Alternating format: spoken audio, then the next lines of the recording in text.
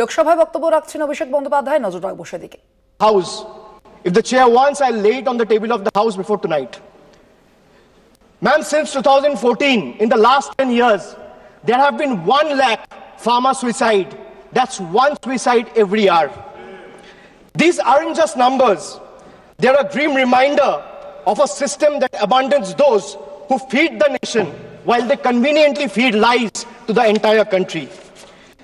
They boasted of digital India, but conveniently ignore the dire state of our schools.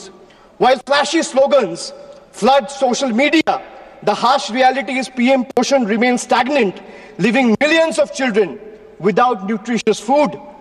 More than 50% of the children under the age of 5 suffer from chronic malnutrition, with 17% underweight, 36% stunted, and 6% wasted.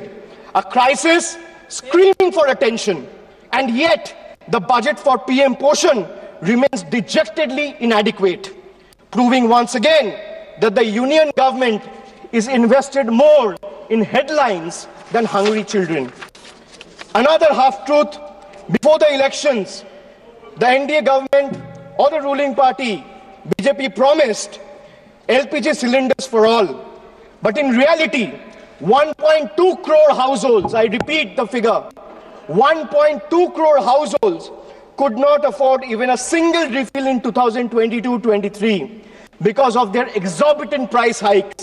This is not upliftment. This is abandonment. When people have to choose between a meal and a refill, their promise is nothing but a cruel joke. In 2019, the cabinet approved 8,574 crore for the census. Yet in 2025, today, even after 5 years, only 570 crore has been allocated in this year's budget. 5 years late and still counting. And this is not happening this year either. But why does this matter? Why am I talking about census? Because without a census, every policy, every income tax slab revision, and every economic projection is simply and just a blind projection and a blind gamble. The Nari Shakti Vandan Adhiniyam, Women Reservation Act, which was passed by calling a special session 18 months back in 2023, can't be implemented as its rollout depends on the completion of the next census and subsequent delimitation.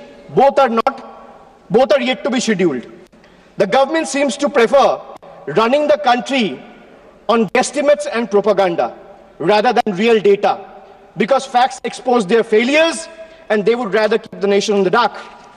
As we look at the economic policies of the NDA government, one cannot help but see a pattern. And what is the pattern? Ma'am, the pattern is of a, or if I am to say, it resembles the tale of a reverse Robin Hood. What is a reverse Robin Hood? We know the story of Robin Hood, taking from the rich and giving to the poor. BJP has mastered the art of taking from the poor and giving it to the wealthy elite. So reverse Robin Hood. For instance, I'll give you an example. For instance,